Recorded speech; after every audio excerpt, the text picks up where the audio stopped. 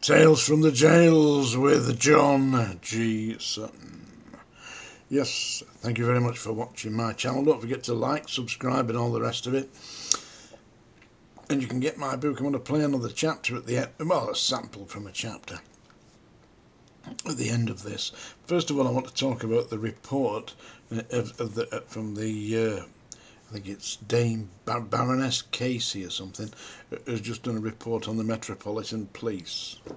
And I'll talk a little bit about my experience of encountering with the Metropolitan Police. Some good, some very strange. Yeah.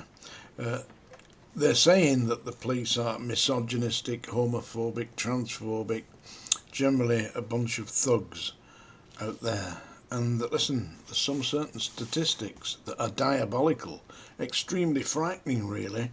Did you know that in the year 2022, in the capital, in Greater London, there were over 9,000 reported rapes. In the report it says there were officers stating to Baroness Casey that whilst rape is not officially legal, it might as well be legal because the Metropolitan Police have got a less than 10% clear-up rate on rapes, and that all the evidence is being bunged into ancient fridges that are not working, and so the evidence is being contaminated, so that when it comes time to go to court there's no evidence to present and the cases are dropped. So they've got a less than 10% clear up rate on rape. But you think that's bad? 9,000 rapes, yeah? Well, worse than that, in the year 2022 they had over 16,000 complaints of sexual offences, which is harder to be surprising when you think that the report also details that actions of the Metropolitan Police officers who have been inducting new recruits to the police service with initiation ceremonies that involve them being urinated on, abused in the shower units and sexually assaulted. Also, the female staff, some of them were being required to eat enormous amounts of cheesecakes. I mean, what is this? I mean, I've been in the army and they do try silly things like that, initiation ceremonies. But I mean, if you just say one more step and I'll punch your teeth down your throat, that's the end of that, isn't it? Well, they're saying in the Metropolitan Police, if you don't join in, then they actually ostracise you. You become outside of the group. Oh, great! Yeah, what kind of tough guys are that? Yeah, disgraceful. And the problem that you've got, of course, is that a good 30% of the Metropolitan Police have got less than 3 years service in. So you've got no seniority on the streets, or actually expertise dealing with situations, because all the experienced officers have said, "Oh, stuff this, I'm not working for this mob," and got out of it. Although I said I was going to tell you a little bit about my experiences of interacting with the Metropolitan Police when I was a prison officer at the Scrubs. I went one day on a production to Bow Street Magistrates Court. You know, we took an inmate for production to the magistrates, and we went into the cell area. This is the old Bow Street Magistrates Court, and I mean, it was 200 years old then. And downstairs the holding cells consisted of cages, like big cast iron cages with bars, and put the people through. They're quite open, you know. So we took our inmate down and handed the inmate over to the police sergeant who was in charge of the cell area, and we just sat down and waited for him to go up to court, which we would go up to court with him, you see. And he hasn't been called, so this would be about 10 o'clock in the morning, and there was a great big black guy in one of the cells, one of the cages. He was rattling and banging on the things, and this police sergeant looked at him. He started shouting out, "I want to go for a piss, I want to go for a piss." So police sergeant unlocked him. Me and my mate Big John were sat down, and the inmate came out, the big black inmate came out. Instead of going to the loo, he just grabbed hold of this police sergeant by the neck, put him up against the wall and started throttling him. So I said to John, "We're going to deal with this, John." So we jumped up, I grabbed the inmate's arm, pulled one arm off, and John said to the police sergeant, "Head to the left, Captain." And then with an almighty right hand, he smashed it straight into the side of the big black inmate's head.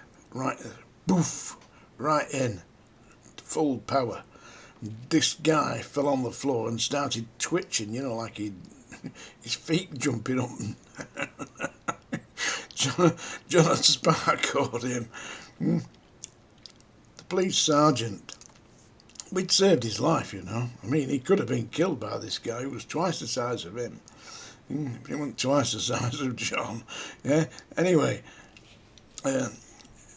he looked at this guy on the floor, and he was down there for about 90 seconds, 2 minutes, twitching away and completely out of it. And he said, "Right, I'll need a statement from you two guys about this."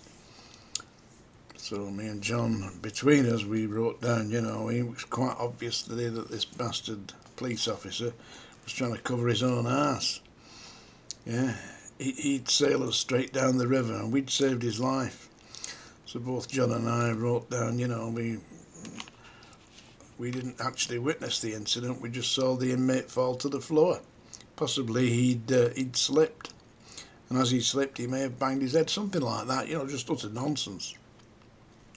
Of course, the police sergeant read these statements that we'd given. Said, "That's not what happened, is it?" Said, "That's what we saw. Didn't see anything else. Ask your man, your prisoner, what happened." Because he wouldn't remember anything. All he'd know is that the lights went out. But they would have sold you down the river. The other time was I had experience of where I reported a crime to the flying squad. Yeah, the Sweeney. One of the inmates from the hostel I was on duty in the hostel one night. He came back in, told me about this armed robbery he'd been involved in, and I thought he's nuts. Next day it was all over the papers, so it said at the bottom, any advice, ring West End Central CID. That's the flying squad. So I rang them, and they came out and searched the hostel. They found all. Yeah, the strange thing was, I arranged for them to go by contacting the governor. By the time we got there, all the inmates had been out. It was only about 11:15 on a Sunday morning, and all the inmates gone out. I mean, normally they'd just be in bed till 2 o'clock in the afternoon, but they got them out. Who'd done that? The security officer. So I was much more in favour of what the Sweeney did than what the prison service did, because they were trying to cover it up. I got a right bollocking for that.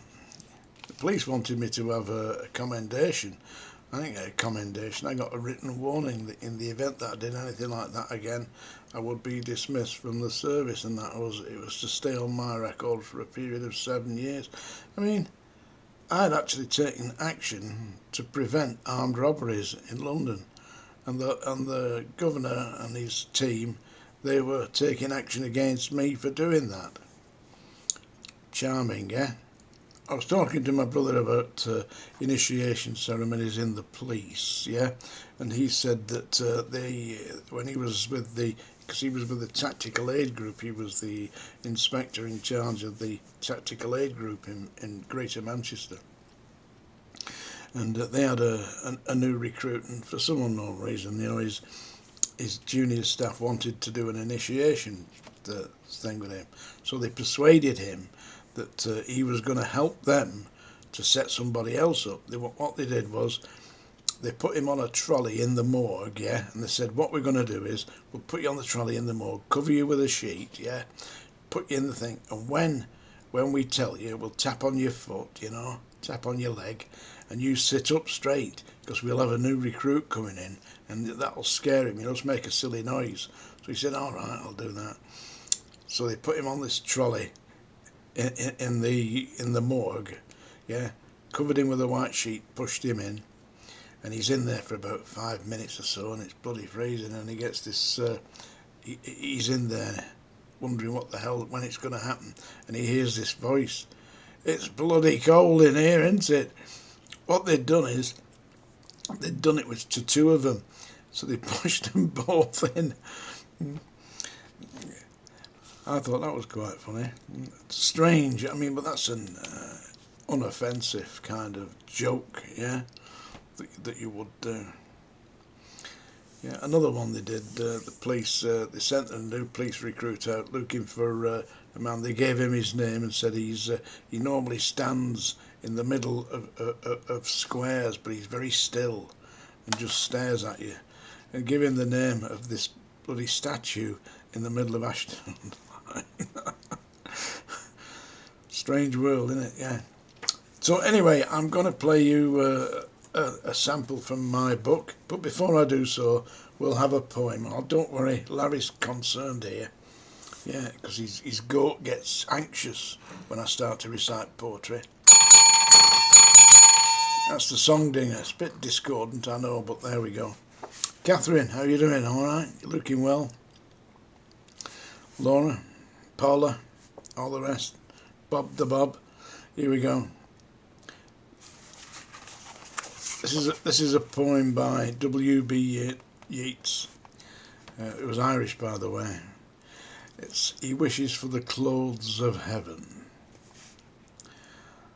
At either heaven's embroidered cloths, enwrought with gold and silver light, the blue and the dim and the dark cloths of night and light and the half-light, I would spread the cloths under your feet.